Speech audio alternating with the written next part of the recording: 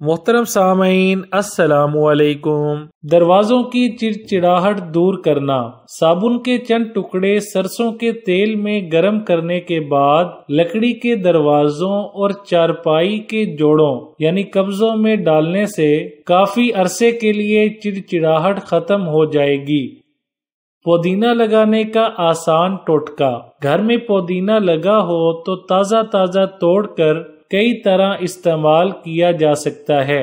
آپ بازار سے ایک پودینہ کی گڈی لائیں، پتے توڑ لیں، ڈنڈی کو آہستہ سے دوہرا کریں اور زمین میں لگا دیں۔ دونوں سرے اوپر کی جانب ہوں۔ پاس پودینہ لگا دیں۔ چند دنوں میں پتے نکل آئیں گے۔ پودینہ گھر میں ہو تو ہر کھانے کے ساتھ چٹنی بنائی جا سکتی ہے جس سے کھانا خوب ہضم ہوتا ہے۔ اوون کے برتن پر سے داغ اتارنے کے لیے 2 بڑے چمچے بورک کے ویم میں ملا لیں اور پانی میں گھول کر کپڑے سے برتن پر لگا دیں۔ آدھ گھنٹہ بعد کپڑے پر ویم لگا کر اچھی طرح دھو لیں، داغ اتر جائیں گے۔ نمک اور سرکہ لگانے سے بھی داغ کم ہو جاتے ہیں۔